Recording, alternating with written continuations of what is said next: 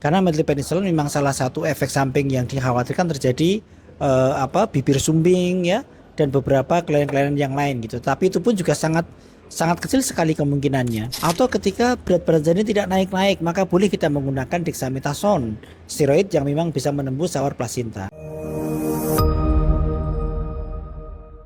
Ini sih dok, ada pasien tanya dok, ibu hamil 10 minggu, kena multiple sklerosis sistemik, minum MP aman nggak dok? Jadi memang semua autoimun ketika hamil itu sering terjadi masalah kecuali rheumatoid arthritis.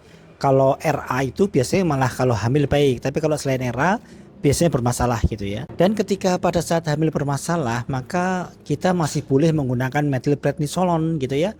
Dari dosis yang paling ringan sampai dengan dosis yang paling tinggi tidak ada masalah gitu. Tetapi memang ketika kehamilannya masih muda pada trimester pertama, sebaiknya tidak mengkonsumsi metil kecuali dalam kondisi yang sangat diperlukan gitu ya, ketika flare atau ketika menjadi masalah gitu. Tetapi ketika tidak ada masalah sama sekali ya sebaiknya mengurangi dosis metil atau tidak minum metil sama sekali. Karena methylprednisolone memang salah satu efek samping yang dikhawatirkan terjadi bibir sumbing ya dan beberapa kelainan-kelainan yang lain gitu. Tapi itu pun juga sangat kecil sekali kemungkinannya. Jadi jawaban saya adalah methylprednisolone boleh digunakan pada kehamilan apapun autoimunnya ketika terjadi masalah flare up ataupun ada masalah-masalah pada janin ya, maka boleh menggunakan metil.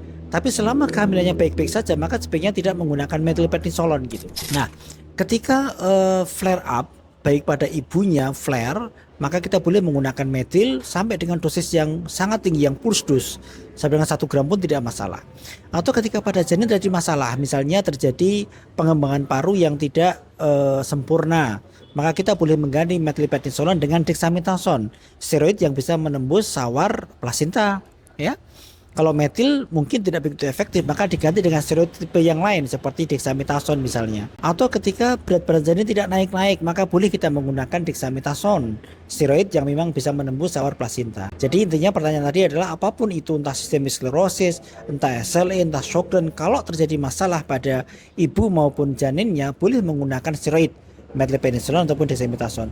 Tapi selama tidak terjadi apa-apa, sebaiknya tidak mengkonsumsi metil ataupun obat-obatan yang lain.